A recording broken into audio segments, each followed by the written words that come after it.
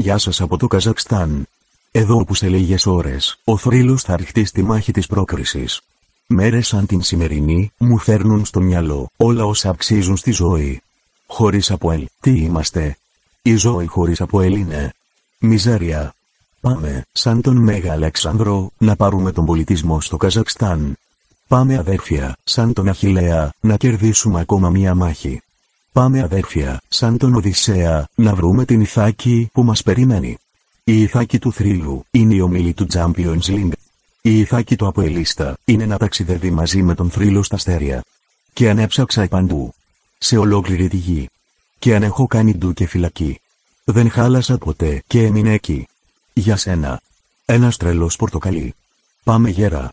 Με τσαμπούκα. Πάμε.